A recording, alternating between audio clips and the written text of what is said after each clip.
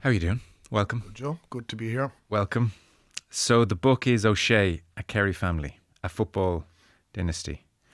And I guess the through line is from Páidi 1974 through to you hanging up your boots in 2016. In one shape or other, you've been there.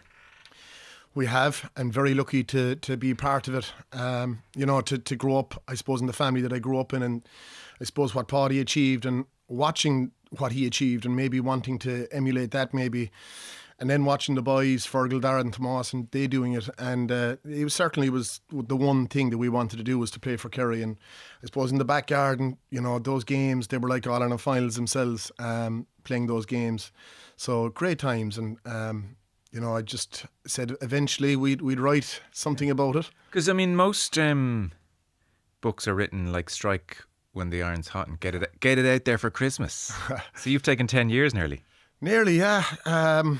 Trevor Twamley, Sports and Darce, he said it to me last year, threw the idea at me, and I had been asked when I retired, but I thought maybe it was a bit raw, and took some time to think about it, and then maybe when Trevor mentioned it, I definitely thought now was maybe probably the time to do it. Yeah. So the cash was just too good. I don't know about that now.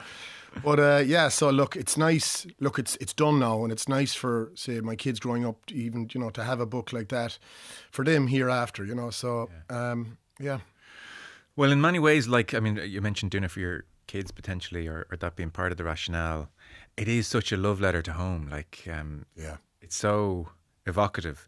It's very easy to be envious of your childhood. It was idyllic in retrospect in many ways. So we're talking, and I know everyone knows this really in some shape or other, we're talking West Kerry, Ventry, Ardon Voher in particular is where you're from. I know you're in Tralee today, but Ardon Voher, and so you have Páidi's pub, and you're effectively next door neighbours, 3 houses there side by side. And you referenced the back garden. Maybe that's a place to start. You did your 10,000 hours without knowing it, you and Fergal and Tomás and Darragh, and the youngest in the family often gets a great advantage. So you're the youngest, smallest. They're showing no mercy. Albeit there's some, the odd handicap game. If it's a one-on-one against Darragh, he can only solo off the left, and all these different little concoctions you put together. All right, today we're doing shooting here. Today we're doing this matches. In retrospect, it was an academy, really. Well, it was, and Fergal always tells a great story where it was always me and Fergal against Darragh and Tomás, and he tells the story where I was, what word would you use? Maybe abused by them, and in I go to my mum crying at what the boys did to me now, and then you'd look out the window and you could see Darragh and Tomás, and they antagonising you outside the window, looking at you, making these faces.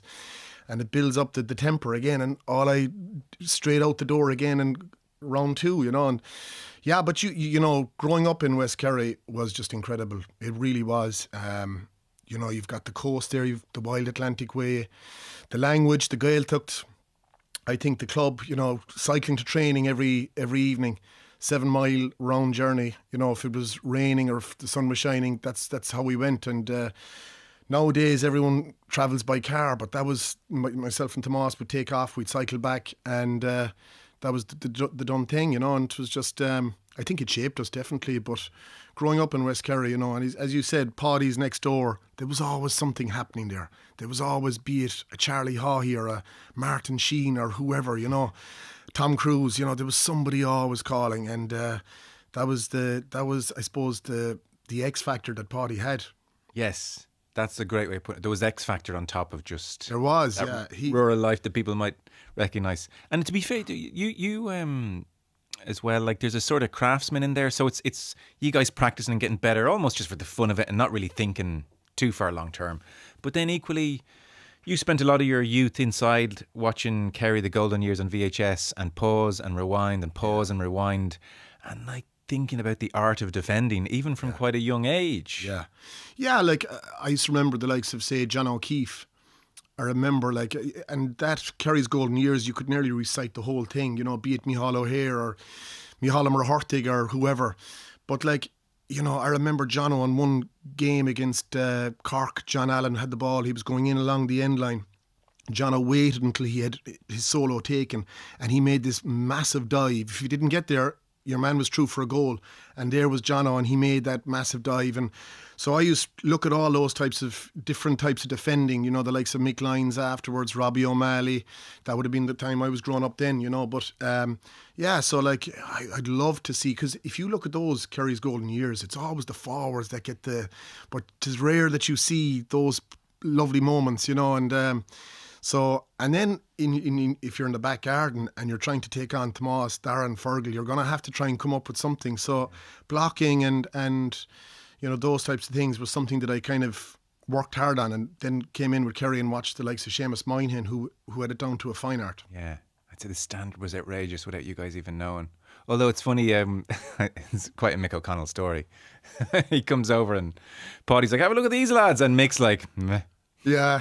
I've seen better. That, yeah. Páidi was trying to impress him, of course, because Mick O'Connell would have been Páidi's hero growing up.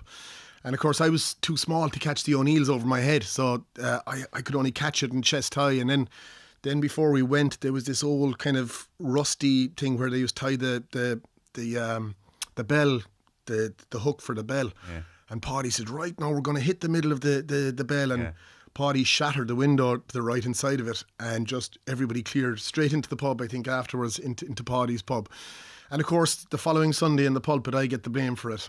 So whatever way Páidi got the message to the Monsignor of Fianachta. But yeah, but look, there was great days, you know. And, amazing. Yeah, and as you say, standards, like, because we'd actually have called each other out, you know, and I know the boys would have called me out if I wasn't playing to the level that I should have been. I remember I was in college, either Maynooth or Trinity, whichever, I think it was Maynooth maybe, and I was coming down when I was just finished in June, and your touch might be just off that little bit. And I remember the first training session back from the summer holidays, my touch was definitely off, and I remember Darragh calling me out in front of everyone in training, you know, and that's the way it was. Yeah. I found myself thinking of Fergal a little bit. Yeah. So he had a huge influence on us, and like, you know, he was eldest. He was the eldest, and as talented, if not more talented than any of us. And he did his cruciate he was Kerry minor captain, did his cruciate in 92, I think. And then he was, you know, just didn't come back to the same level of where he was at. Well, these were the days when doing your cruciate was doing your cruciate. This was Gaza. And, but like, he still had a huge influence on us, because he went on to train the club. And then, say, if you did come back from Kerry, like the standards, Fergal would make sure that he demanded excellence, and it's no coincidence he's back there now again, in charge again, and the guys that they're doing really well. Did you ever ask him, was it very difficult to watch his three brothers, and even for a time your father as well, who passed away in 2002, to have this great adventure that I'm sure he would have loved to have had? Yeah. And it's not just winning All-Irelands and the little bit of prestige you get with that. It's, God, I'd say a late summer's evening training. Yeah. Summer's evening, you boys together in the car, the crack, the stories, all the same friends, the in-jokes, that tightness. I did find myself thinking, I wonder, is Fergal at all these games? Does he find this painful to look at? Did you ever ask there's him? No doubt, yeah. I'd say he did find it tough that he wasn't part of that. That was his dream as well. And there's no doubt that he found that tough, you know. But I suppose he challenged or channeled it in a different way then, you know, and what else could he do when he took charge of the club? And as I say, you know, he was as influential to me as anyone else of my brothers, you know. He had a huge role to play, but it definitely was tough for him. There's no doubt about that. I wouldn't be shocked if he's certain times of the year and the build-up was on, I'd be just like, get me away from this. Oh, I'd say the fact that we won All Irelands, you know, and he definitely found that tough, you know. But as I say, he went on then, and he was a great manager with us, and made sure when we came back from the inter-county scene to the club scene that the standards, you know, that we were driving those, you know. Yeah. So in this childhood, family sort of feels everywhere, because you're all kind of on top of each other in the best sense. And if you take Páidi as the start of this family dynasty, he's such a big character in this book. And I knew before I picked up the book, there's going to be 15 funny Páidi stories. It's just the nature of the personality he was. But you give us an insight into him. Naturally shy person in many ways, more emotionally intelligent than people think. Still like the rogue. Yeah. and you talk, for instance, his mother Beatrice. Yeah.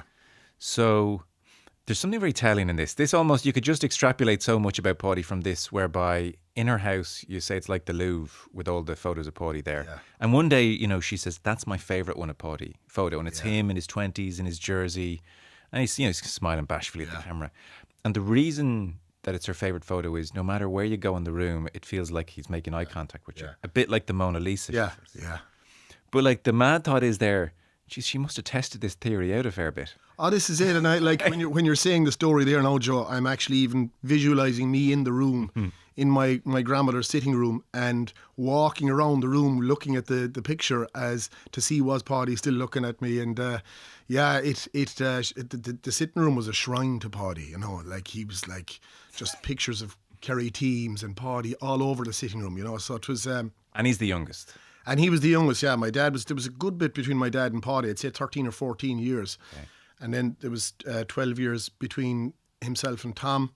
So I'd say Páidí was a mistake. Some mistake, they say. But like I'd say a gift. You know, like a gift, yeah, never allowed to grow up. Like, you're my baby forever. This is it, yeah. And he was like, I know my dad and Tom like would have minded him growing up, you know. So yeah, he was, and then he was the Kerry footballer, because we had Tom Long, who would have been my dad's first cousin.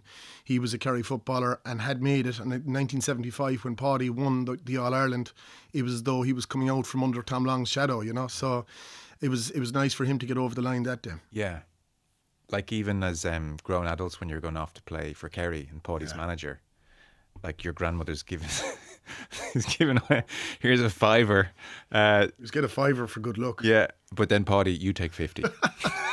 There's a pecking order here. This is it, yeah. And there was, and Páidí was the golden boy, you know. Everything was done. And even say when Páidí would have been training before the Mick O'Dwyer era, where he'd have to get ready for, say, get himself into shape for Mick O'Dwyer, he'd go around West Kerry, the 14 miles. My grandmother would have the bath ready for him. She'd have vinegar poured in the bath to soothe the muscles. There'd be a glass of sherry for him afterwards. She felt that was good for him. And meanwhile, the steak was searing in the pan. So like she put everything in place for Páidí, just to make sure he was the best he could be. This is a strange question. Did anyone ever look at Páidí and just like, you're spoiled rotten, you annoy me? I'd say so. I'd say my dad and Tom probably looked at him that way. But yeah, he was spoiled rotten by my grandma. There's no doubt about that. Yeah. But that X factor that he sort of enriches Ireland Vóhar with, that continues in a really kind of fun way even into your adulthood, where you're at NUI Maynooth. And like there was one night where the phone rings. So you said he'd find the winters a bit bleak, and so he'd get up to Dublin a lot whenever he could. And so, what are you doing? I'm studying. You're not now. I'm picking you up on the way. And you know, you say he's like a minister coming up in the car on the phone to everyone. And there's like a night where we're going to meet Brian Cowan, and we're in Leinster House, big Fianna Fáil man, and looking at all the, you know, you're like kind of wide-eyed, studying history at the time. So, and Cowan's like, oh, tell me about the American Civil War essay you're doing and all this stuff. And then he has to go, busy man. In walks Eamon Dunphy into the restaurant. Yeah. Eamon, come over. Big night. Eventually Eamon has to go. And then it's like you're making this up. In walks Christy O'Connor Jr., the golfer. Jesus, Páidí. Sit down. And like story finishes with, come here, Páidí, you have a long drive. The bill is long at this stage. Yeah, there's 3 dinners plus here. Yeah. You have a long drive. Let me get dinner. Páidí, right, York. If you insist, yeah. And like that's how it was. Like I remember. You go back to your shitty digs in Maynooth then. Is it like we were?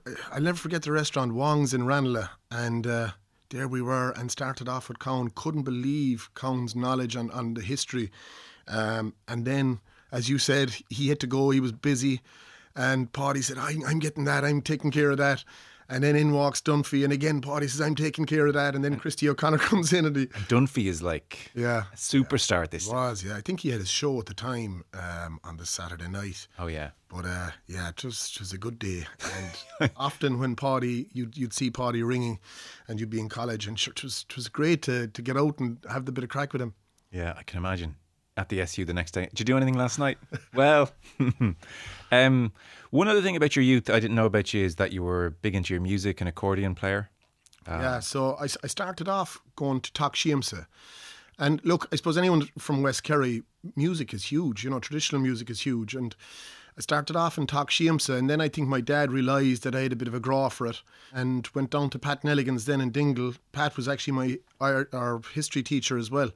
So Pat used to play the piano accordion, but the two of us struck it off every Saturday morning down to Pat's for an hour or two, and before I knew it I was getting better and better, and then I was going playing in the pubs, making a few bob for myself, and so yeah, it started that way, and I enjoyed it. And of course, on a Sunday evening, then you'd have Begley and Cooney, fantastic musicians. Seamus Begley's passed away since, but Steve Cooney, the famous guitarist, they'd play in Páidís on Sunday night, and the place would be rocking. And I'd be allowed to go across the road and play a few tunes while Begley would take his break, and I'd be playing with Steve Cooney.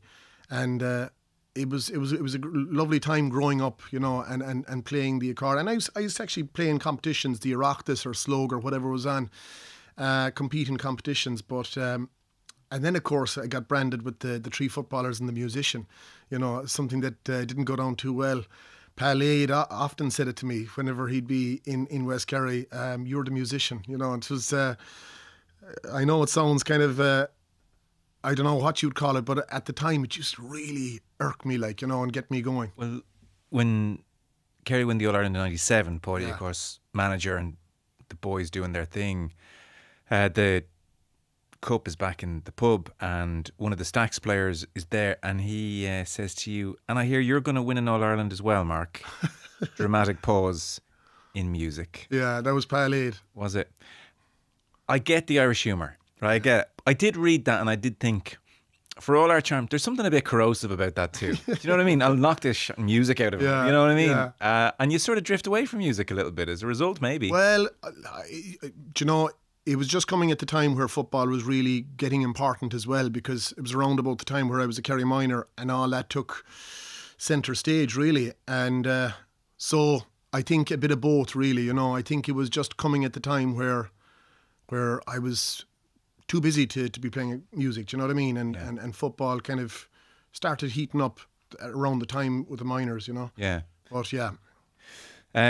Your father, I presume it's Micheál, not Michael. Michael. Is it Michael? Yeah, everyone had a different name for him. In Listowel, some people used to call him Mick, right. Mick Shea, but Michael, yeah. I just would have presumed Micheál. I've read him as Micheál all the way through the book.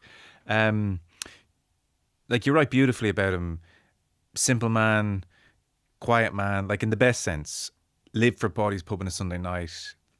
Big on education. Yeah. You boys are studying. A few scrapes along the way, but you're studying. You've great memories of 97, 2000, going up to watch your brothers win in All-Ireland for your uncle, who's like a quasi-father figure with your dad. Amazing.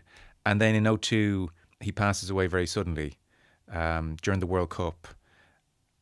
You're only 22 years of age. Yeah. It's just so sad. It's brutal. Look, that's life, Joe. It was tough at the time, definitely. I suppose, especially when you go so sudden, it's really hard. And it's a phone call out of the blue kind of thing. It is, yeah. It was Potty who rang me, actually. I was working in the golf club, summer job back there, and Potty rang. He said, come home, your dad's after taking a turn, so that was how it went for me, or for my dad, I should say. And it's a devastating phone call to get. And then when I came home, you could see Páidi and Marc Ó Sé, the neighbour, and the two of them coming out the door, and they hugging each other. So I knew then, that my dad had passed away. So that's tough. But we had each other, I suppose, the brothers, and my mom. We had to keep going, So it was a tough time, definitely. Yeah. Yeah. You say in the book at various points, or you allude to being I'm emotionally stunted a little bit, pragmatic and compartmentalise and get on with things, and even the way you talk there, it's quite that's life. Yeah, I suppose it was. Look, there's no doubting that it wasn't a tough time. It was really tough. There was days where it would definitely hit you, and especially that week. I mean, you play the highs and the lows. You play a game on the Sunday against Cork. 2 days later, he passed away on the Tuesday. We buried him on the Thursday, and we're training Thursday night in Killarney. We made the decision that we were going to play in the replay, and that was a tough one, but we felt he would have wanted us to play in the replay, and played that Saturday night in Páirc Uí Chaoimh, and a tough defeat, But I think football helped. Definitely it helped, I think. For sure. Keep us going. Yeah, it always does. And you don't have a good game that night in the replay. No. Understandably. Yeah. There's something very poignant. You described the warm up, and you and the two brothers go to your own little patch and just kick, pass. It's like. Oh yeah, You must. It's an out of body experience, I would think. Like, is this actually happening? My dad's just died. I'm 22. Yeah. Now we're warming up for a game against Cork. This is it. Like it just all happened so fast, really, Joe. And before you know it, you're playing in the game. So it was a tough time. There's no doubt about that. But as I said, it helped us. The team helped us. Teammates. You know, it was a tough time, but we definitely and then we went and Kerry, and I know Darragh Kinnaid always talks about this. That team actually went on to play fantastic football that season, but unfortunately fell at the final hurdle against Armagh. Yeah. Touch of class from Colin Corkery. Yeah, class act. I remember what was really tough that night was the minute silence from my dad. And Corkery just came over. He was playing full forward. I was corner back on Fanon Murray, and he just came over, tapped me on the head, just to show his respect. I thought it was great form of him. Class. Class act, yeah. Yeah. And it's funny, I didn't know about the rumours. There's rumours stemming from then that like there were Cork players sledging you about your father. Complete nonsense. Complete nonsense. And I heard it back a good few times afterwards, and no, it was raw-ish nonsense. I don't know where these stories came from, you know. Yeah. But and it was important to say that as well, you know, just to put you know, because that never happened. Yeah. To fast forward and round off, I suppose, these two kind of the male figures of their generation. Páidi passed in 12. Also sudden, wasn't it, from memory? It was, yeah. Oh no, it was. He died suddenly, yeah. At just 57. Yeah, too young. The older I get, the more I realise how younger that is. Yeah. And you talked about the All-Ireland final in 2014, your last one under Eamon Fitz. And that Sunday, so that's 2 years on from his passing. Yeah. The void, the Páidi void on a day like that. In 2014? Yeah. Oh, yeah, because, like, you know, you'd always, whenever you played in a final or whatever, you'd always seek Páidi out afterwards, you know. It was nearly the seal of approval, you know, and he used to always say, you're no good unless you've a few All-Irelands. But funny enough, actually, in 09, he got onto the three of us to meet him afterwards. And again, it goes back to Páidi and the X factor and the whole lot. This could go anywhere. Yeah, and he says, meet me in the Westbury, he said. So in we came, Darragh and Tomás and myself, and he was there with Brian Cowan again, and Niall Quinn was there. And of course, he knew all these answers, and he said, so Mark, he knew at the time that I had 4 medals, you know, and he says, what have you got now, Darragh? You know, 6, Páidi, yeah. What have you got, Tomás? 5. Yeah. And what have you got, Mark? 4, Páidi. Yeah, it's no good unless you can count them on 2 hands, he'd say. So, like, he'd put you in your place, but that was Páidi, always having the crack.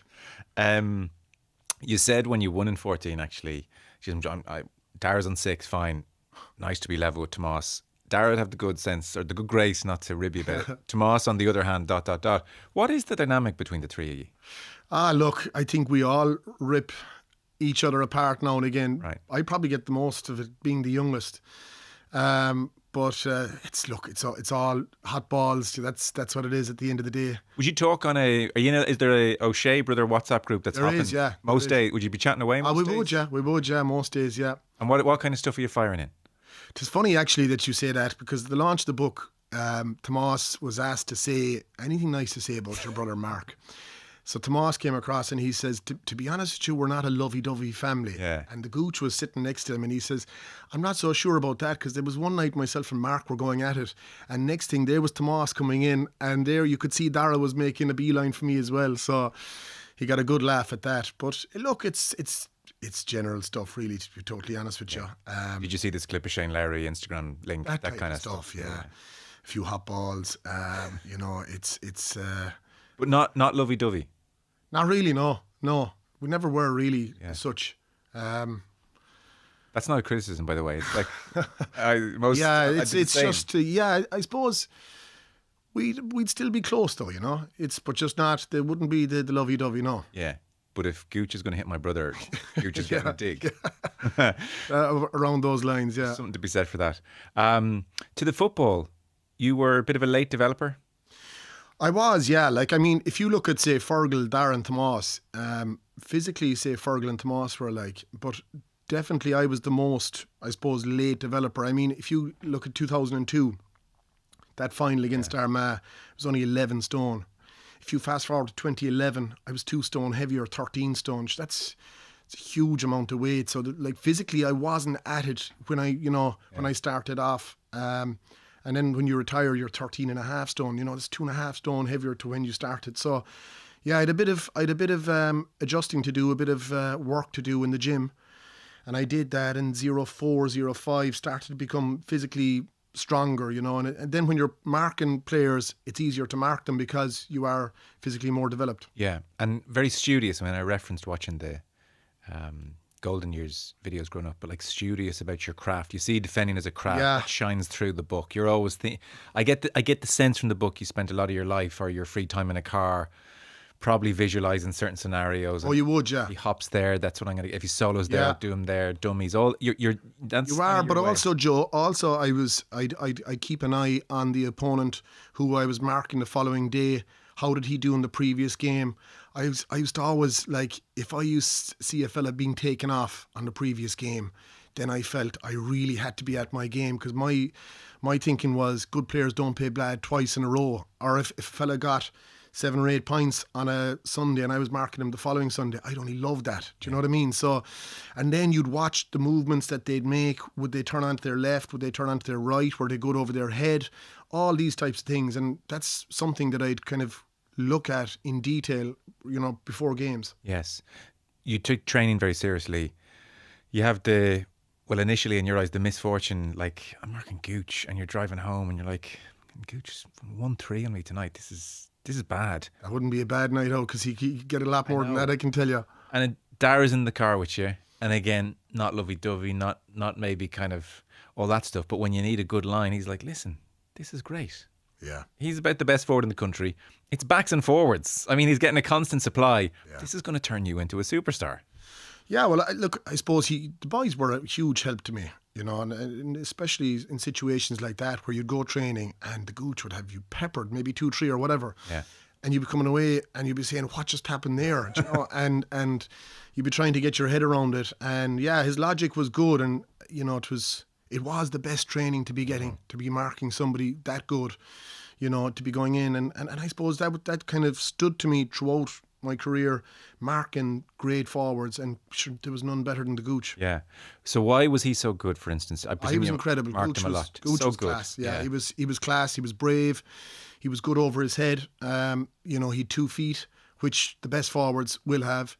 And he was so creative. And look, you saw that, Joe, in 2013 when Eamon put him out centre forward. Yeah, the pass. He was like the snooker player who could see 2 or 3 passes ahead, and he was just a genius. And like, he would do stuff in training that you would just say, wow, did he just do that? He was a class act, and we're just so lucky to have him. Yeah. And people wouldn't, it's interesting you said they're good over his head. People wouldn't associate that with him. Well, like, you go back to the first final that we won in 2004. The first ball, it's a long ball from Eamon Fitzmaurice. And in fairness to Jack, he targeted the Mayo full back line that day for those long balls, and Gooch wins that ball over his head, takes it around the defender and back of the net.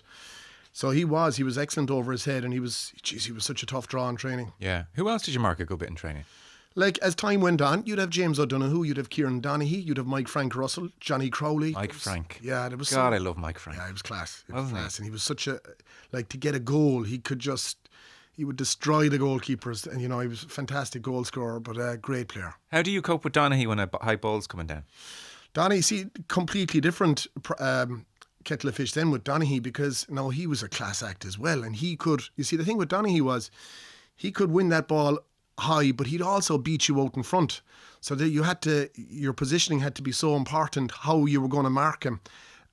So I used to actually stay a yard, because if you went too far away from him, the ball would go over the top, so it was a hard thing to do to try and... So the hardest thing to do was maybe just to keep the ball away from him, because when he got that ball, he was devastating.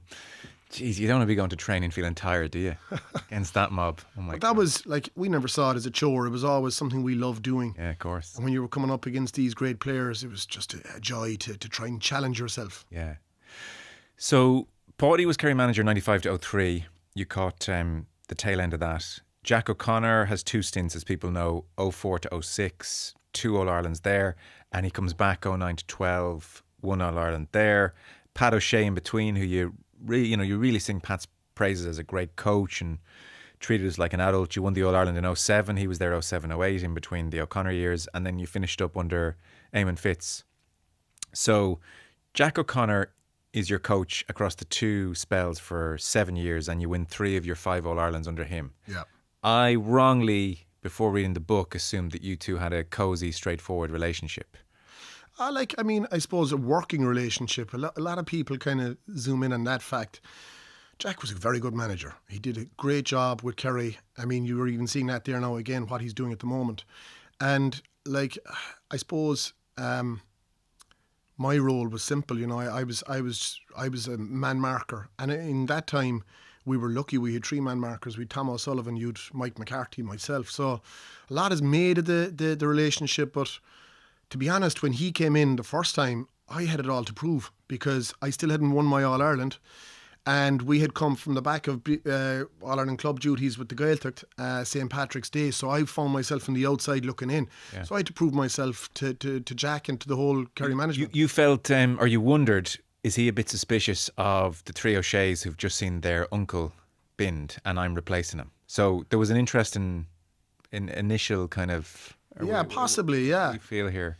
Yeah, well, I suppose I didn't really know Jack. Darragh and Tomás probably would have known him better, but I didn't really know him that well. So I was just getting to know him as well at the time. But look, I had to fight for my place, and I think it was an injury to Seamus Moynihan actually that happened in 04, where I was on the outside, and then eventually I got in, and luckily enough got in and stayed in then, thanks be to God. Yeah. When Jack leaves and O'Shea comes in, Pat O'Shea, ahead of the Munster final of 07, where you do win Footballer of the Year, and there's 3 All-Stars in the O'Shea. Amazing. Like 07, amazing year. But on the eve of the Munster final, Jack publishes his book, Keys to the Kingdom. Oh, yeah. And says the O'Sheas, hard to manage. Difficult. Yeah, look... And you guys are, to say the least, not impressed with this. He said something like that, yeah. But look, I think he was probably talking about Darragh Tomás. But when he said that, yeah, like... What do you think he was getting at? I don't know. But you see the way I looked at it, Joe, my game was simple. I was just in there, I trained hard, and I went out on the field to do my job. And I suppose when I saw that then, I was a bit, I was taken aback, all right, with that. But look, I don't know what he meant, to be totally honest with you, Yeah. So then he comes back. Yeah. And that was doubly interesting. So that's understandably... That's in the background a little bit.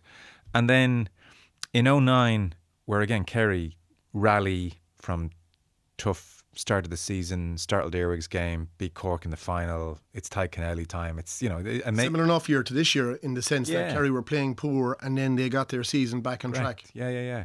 There's the famous drinking episode in the middle of this. There is. There was much made of that as well. The Gooch and Tomás went drinking, and of course I had a few drinks as well, but stunned. More than a few drinks. It's a 2-day bender. I don't know about that now. Jesus. Was it not across 2 days? Could have been. No, your book says it is. Yeah, well, then Jack rings and you're kind of you're avoiding him, and then you better answer. And he asked me was I out, so I denied that point blank anyway, and I was afraid he was going to drop me as well, so I left it off. And but I was wrong. Then. I know, yeah, but so he's sort of saying, I know you were drinking. Like, what's this charade? Jeez, no, full Páidi mode. No, I wasn't. Yeah. And so I had to keep going then, the fact that I had... Yeah, boxed yourself into a cup. Because then you put the man who said I was drinking in front of me. I probably knew he wouldn't do that then, you see. So, Source. But it was... But this... It wasn't too funny at the time, I can tell you. Sorry, it reads as like... Because from the outside, I remember it at the time, and I was like, geez, they had a few drinks. Like, what's the... Yeah. Gooch and Tomás dropped. And for a game that you were probably going to win as well. But where it gets high stakes in that, like, there's a big team meeting about this, because Jack knows that you're not telling the truth about this, and so it's like big meeting. Darragh seems to be chairing the meeting. It's a conflict of interest, but anyway. And like Paul Galvin sort of says, "Gee, lads, will you just put your hand up if you were drinking, and let's get this." And Darragh, like, you missed most of last year suspended. You shut up, kind of thing. And then it's in your book. And then Ty Kennelly starts talking, and Darragh says, Jesus Christ, will you pipe down? You're only home a wet week and you're talking like you know what's going on. So that's tying back in your box. And you don't put your hand up, and the meeting ends with Darragh saying, look at Gooch, look at Tomás. You wouldn't have your 3-4 All-Irelands without these men. Meeting over. What's striking about this, 2009, brilliant win, brilliant All-Ireland win. And you said at the end of the match, if it was a movie, me and Jack at that stage, we would have hugged each other. It would have been the big hug, put it behind us. But you said never any reconciliation, not in the few days afterwards. I don't think it would even have been brought up. Do you know, it just wasn't like, and I had no problem with that, to be totally honest with you. You know, it wasn't brought up, and we won the match, so like we won the All-Ireland, so all's well that ends well. So yeah, we never really would have been brought up, Joe, and that's just the way it was. Definitely remember Darragh saying those at the end about look at the Gooch and look at Tomás. Yeah. Because Darragh felt these two guys, you know, won us a lot of games. And look, I think it was, geez, no way could I condone what I did. You know, that was absolutely wrong. And if you're looking back now, you definitely would have done things differently, you know. But look, we just had to, in the moment, you had to keep going. Survival instincts, they kicked in, and thankfully we went on to win it, which was the big thing, really, you know. Yeah, because you put yourself in Jack's shoes, I guess the cover up sometimes is worse. Yeah. In hindsight, like he'd be perfectly entitled to think, admit it. Like, what are you're making fools of us both here lying? I was wondering, as you're in that meeting, were you not close to going, oh, listen, this is getting out of hand. Yeah, I was drinking, shoot me. Geez, I was in too deep at that stage, I'd say, Joe.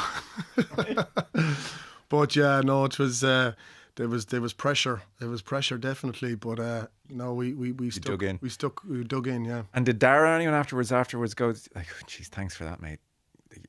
You know, I think I was thanking him. Fair enough. Yeah, I was thanking him, but yeah. But the ramifications, I know you're saying 2009, why would we need to talk about it? We won the All-Ireland all as well. So he's there for another 3 years after that. Like, you writing the book, you just felt like if there's a tight call between the O'Sheas and another player, Jack went for the other player. And you remember Tomás getting subbed off at half-time in the All-Ireland final in 06. Didn't have a great first half, but you felt that was wrong. Player of Tomás's stature deserves the chance to put it right. And then you were whipped off against Sligo as well, that 09 season. Yeah. And you're like, he wouldn't have whipped us off if it was a Cork or a Dublin or a tight game. So, like, that's... Yeah, I know you're trying to play it down here. I'm only going off what's in the book. It does seem like it's not a good relationship. I know. Well, especially. the one you're talking about there, Joe, is that 09 Sligo game, I think.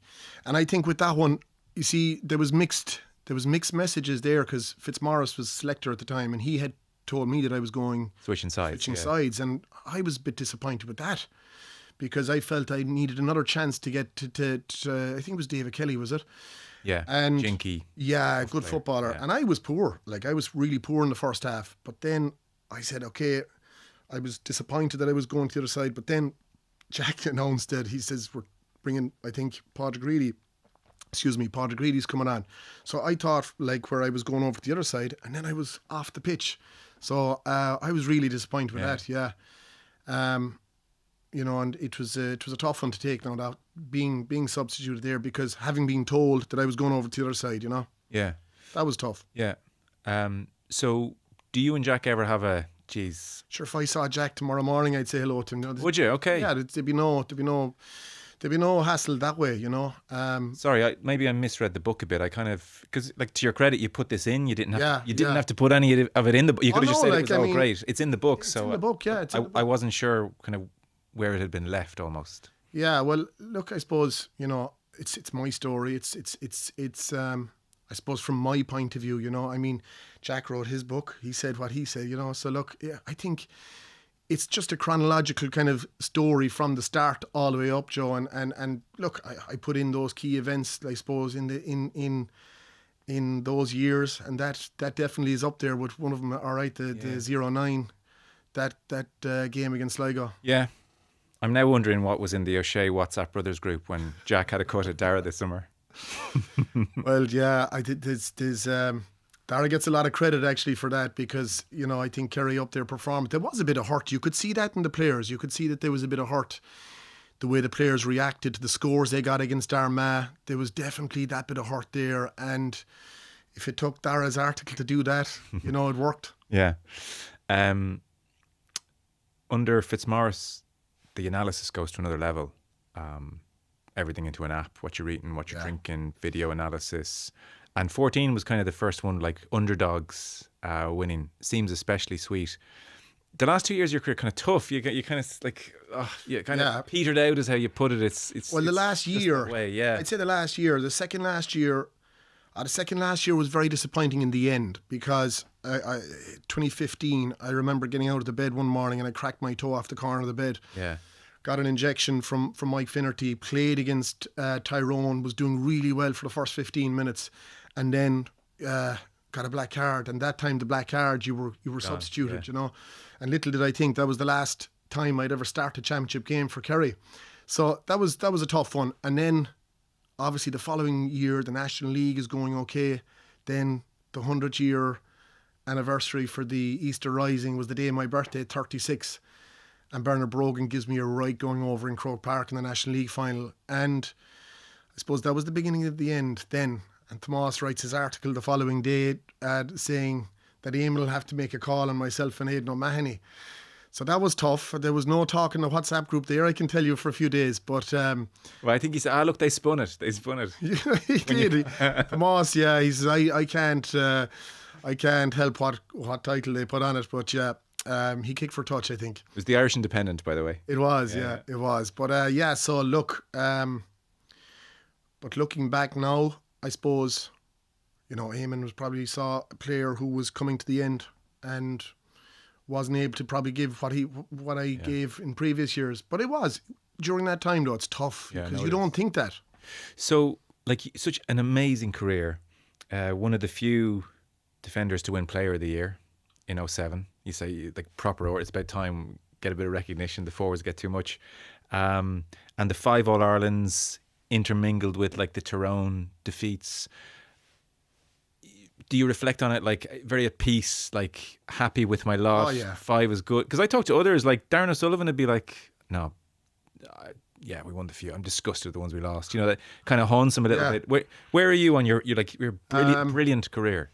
Yeah, lost a few as well. Joe, like, I mean, you say I won 5, I lost 5 as well. Last year 02, last year 05, 08, 11 and 15. So last 5, and those defeats were really hard to take, particularly the first one, 2002, that was a really hard one. But I often found when we lost, it kind of nearly drove you on to win. There was an every second year. Yeah, there was, like, 05 last, won it in 06. 08 last one, it in 09. So it definitely, I think, propelled us on maybe to win the following year. But looking back, I was very lucky. Hardly any injury. Yeah. Did a medial ligament in 09, missed the National League final. Other than that, I was unscathed until the final 2015 hamstring injury. But other than that, very lucky, you know, and had great years. And just like, I never saw, somebody asked me there, the amount of time that went into playing with Kerry. I never saw it like that. It was never a chore. It was always just an honour to wear the green and gold. It comes across in the book how much you enjoyed it, and great teammates. You know, Darragh Tomás features regularly. Obviously, a lot of time for him. The characters like Donaghy are exceptional kind of people, or, you know, Paul Galvin. You routinely mention, like, interesting person, like a lot of depth, and then, you know, you talk about his kicking game, which he kind of he willed it into happening. He was an incredible footballer, Paul, and like. But you felt the kicking game wasn't there initially. Like he a lot of people would have said that about Darragh. They would have said it about Paul.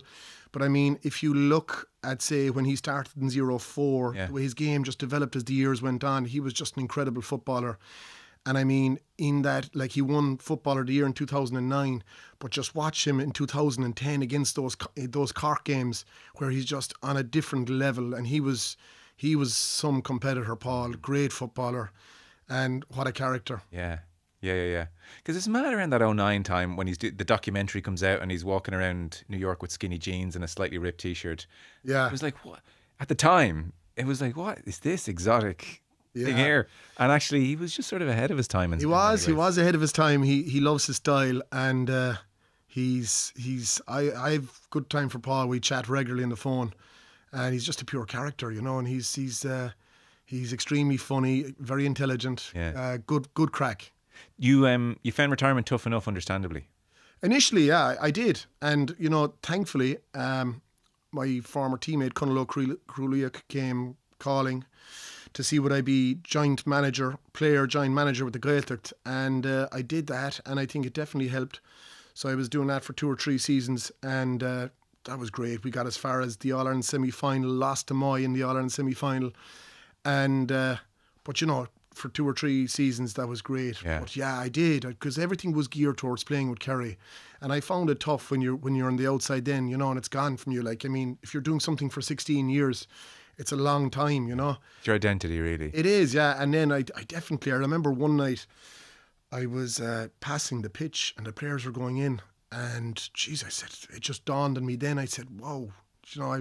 So it took something like that just to see the lads go in, and I suppose it's easier now because everyone that I played with is practically gone, But so yeah, that was. I remember that night in particular, finding it tough. Yeah, I can imagine. I've never been more reading a book like. If you'd given me 1,000 guesses of what was coming on the next page, would have been able to.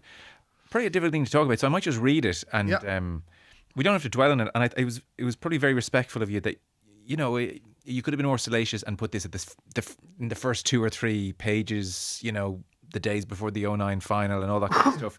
You didn't. This is a 1 page, you could miss it, but it's an extraordinary thing to have happened 3 days before an All Ireland final against Cork in 2009.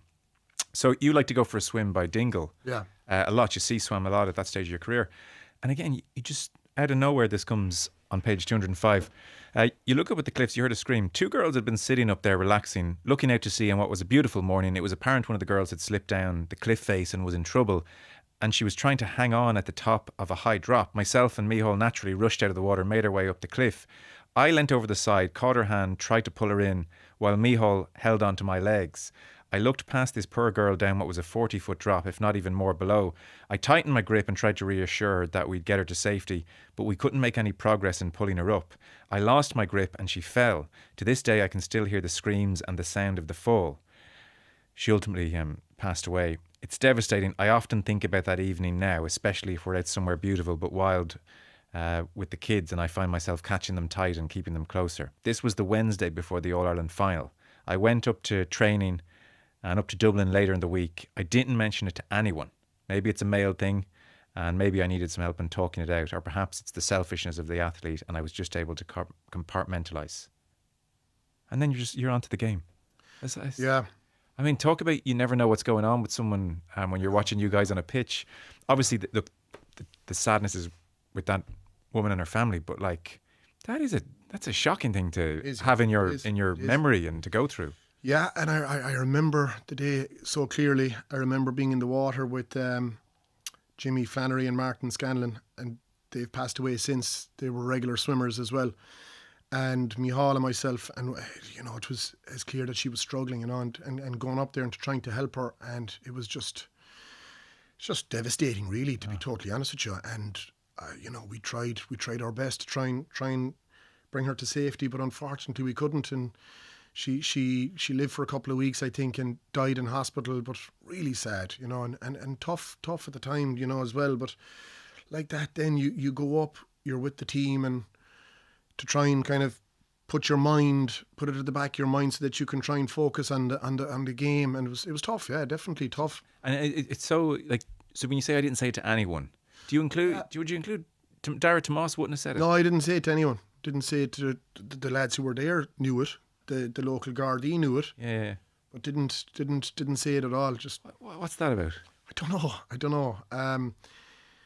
don't know. I felt that we had to prepare for the game, and that there was an All-Ireland final there, and I just had to, don't talk about this until this game is over. And even when it was over, then it was boxed away. Yeah, and it's probably should have spoken to somebody about it at the time, but you say that in the book, but it's a blessing and a curse, an ability to just and box closed, don't again, talk. Yeah, and you go off then and you're playing with the lads, and it's it's as though it's your mind is elsewhere, so Yeah, it was tough though. I mean, it was definitely really tough at the time, and you think about that poor lady and her family and how devastating it was for them. Yeah. Yeah, it's just the most random thing to happen on a random day of your life. You do on around that time, I think, when Tomás has started TV work, and I think he's asked on TV, what is it about Kerry football? Like the kick passing. And he says, well, it's called football. I'm sure he was interviewing. Thanks for helping me out there. But what do you make of why Kerry or Kerry when it comes to football? You know, people have theories. Oh, Donegal, the shorthand passing because of that wild Atlantic wind. People will pick geography sometimes or different cultural things. Do you have a sense of why, if I see a Paul Galvin kick pass and it bounces once and then into the chest of a footballer and another kick pass, and they could be playing in black and white, but like, that's Kerry. Yeah. What is that, do you think? I think it's tradition anyway. Number one, I think it's like it's our DNA. It's like Gaelic football is what we love to do in Kerry. I mean, growing up in Kerry, you mentioned it in the Wild Atlantic Way.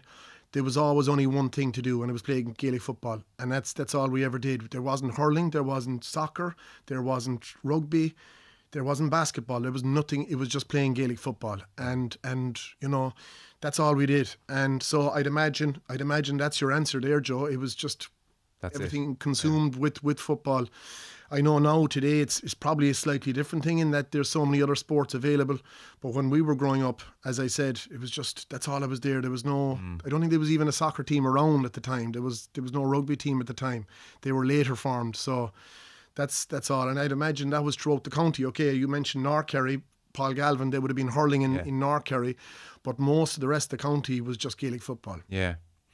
There is, though, something so languid. If I think of Gooch kicking a ball, Galvin kicking a ball, yourselves, there's something fluid about it. There's an extra little bit of well, again, it's probably growing up watching Kerry's golden years, watching those great players, wanting to replicate that, mimicking maybe. Correct. Osmosis. Yeah, you know, be it Mikey Sheehy or Jacko or whoever, John O'Keefe, Páidi, and so that was it, you know, and playing those games in the backyard garden as if you were in Croke Park. Yeah. So I'd imagine a lot of it was cultivated there. Yeah. Where do you rank Clifford at the moment? I think what he's done now, he's brought it to a new level. I really do. I'd love to mark him. I will. No, geez, I wouldn't. Like, I'd have nightmares. But thanks be to God, I never had to mark him. But he's a genius. He's a genius. He's like, what he's doing is off the charts. He's just like the size of the guy. You know, the way he's able to kick. I mean, there was a scary stat there, Joe, in the All-Ireland final. I think he only had the ball for 50 seconds. Yeah. His brother Potty had the ball for 8 minutes. And what he was able to do in those 50 seconds. Where does his kicking style come from? Don't know, but I mean, he's putting balls over the bar. Like, you know, he's a huge kicker. His foot's this is it. 6 foot high in the air. And he's getting stronger, and he's his temperament. He's obviously, he's so talented, and it's like the clip, which I think is fantastic, is the one in the All-Ireland final where it's kind of zooms in on him. He's being marked closely by Brendan McCole, the 2-pointer just before half-time. And he takes his time, has the patience, and eventually he knows when to go and get that ball and put it over the bar. He's in line to win his 3rd Player of the Year.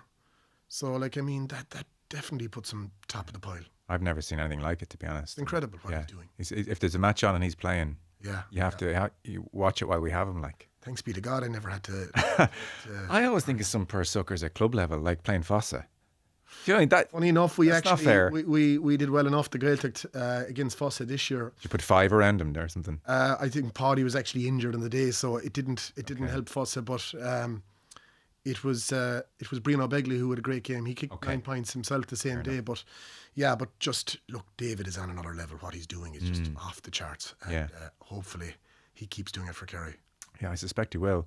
The new rules have sort of saved the game as well. They have, yeah.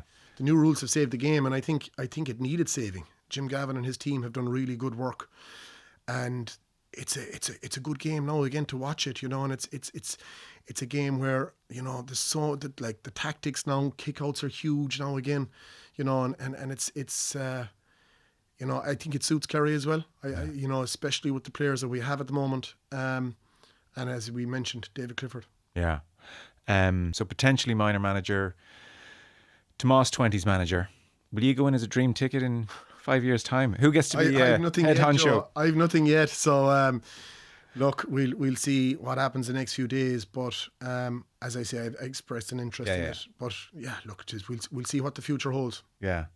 Because funny, I'm joking obviously about going in with Tomás, but you do make the point actually about Jack. And you say, this is not faint praise, I mean this. He had a great ability to get good people all around him as manager. So you've noted all these things through your career. I like what Pat brings here. I like that about Jack. I like this. So you've kind of, the same way you were studying defence maybe, you've kind of been crafting the manager you might like to be, borrowing bits here and there. So that's been the route. Look, if you look at all the managers that I had, starting off at Páidi, there was no better man than Páidi just to get the dressing room going. He just had this way about him that he was just able to get the most out of people. Yeah, and we never saw much of him behind the scenes Kerry manager, but the Westmeath documentary, you could see a bit. Got to see it, yeah. And with Jack was an excellent manager as well, and you know he'd focus on the opposition, he'd all of that, and he'd challenge you, and so every manager that I had, you would definitely take something from all of them. Pat and Eamon, excellent managers.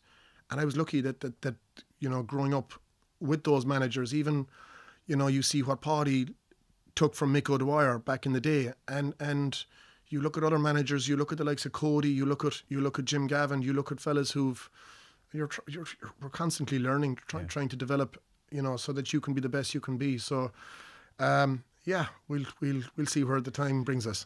To life today, you sum it up at the end of the book. You're in Tralee. You're a teacher, your wife's a teacher, you met at the school, CBS in Tralee, you've 3 kids, and you just described that classic phase in your life in your 40s where we're just so busy. Young kids, busy jobs. I don't get out west as much as I'd like. I don't get back to Ventry as much. I don't see my teammates as much. But I know all that's kind of coming down the line when things calm down a bit. But like that pull of the west and being home really comes through. It's very evocative the way you talk about your home. I think you finish up by saying that corner of Ventry is always going to be home. It's hardwired into me. The people, the music, the sea, the football. You're kind of carrying it through even this very busy stage of your life. There was something very poignant about it, very nice about it, and well, that's it. Your parents and your grandmother and Páidi and all these people. Yeah, well, kind of there. Live in Tralee, but like Ventry is always home. Like there's something magical about it. I keep saying it. The Wild Atlantic Way. You go back there. It's the language. It's the football. A kind of Gaeilge. It's the music. It's huge in the book. And do you ever find it a bit poignant to go back now, given so many people who like for you that place? Oh, definitely. Like, you think who was in the 90s? Look, you go back there. There's ghosts in a way. Yeah, you go back there, and it's not the same without my dad or Páidi or Tom. Not being around the place, it's definitely, it's different, but it's still home. Yes. It's magical and we love it. And we get back and it's like every time you go back there, it kind of nearly recharges you, Right. And it'll always be home. And I know Tralee is home now, but Ventry will always be home because it's just magical. Would you ever go back to Ventry in your dotage, do you think? Or in my what? Dotage. When like, yeah. Is the pull that strong or maybe? Oh, it is. Like it's like my brother is still there. Yeah. My mom is there, so we're definitely we'll see what'll happen. Sorry, your wife might like to be included in that conversation. Ellen, she loves it back there. She loves it back there, and and the kids love it back there as well. They love going back. So the beach, everything. They love all of that. So yeah, we'll see what happens. Yeah, well, look, it's an amazing thing for your family. 1974 through to 2016. Probably won't see the likes of it again, really. So amazing and very lucky. Yeah, great to have the book to kind of capture. It is, yeah, it is. And look, it's my story about my family. Dating back even to my grandparents, and I suppose where we came from and all of that. And as I said, it could be nice for the kids afterwards to have it, and hopefully they'll enjoy it. Yeah, brilliant.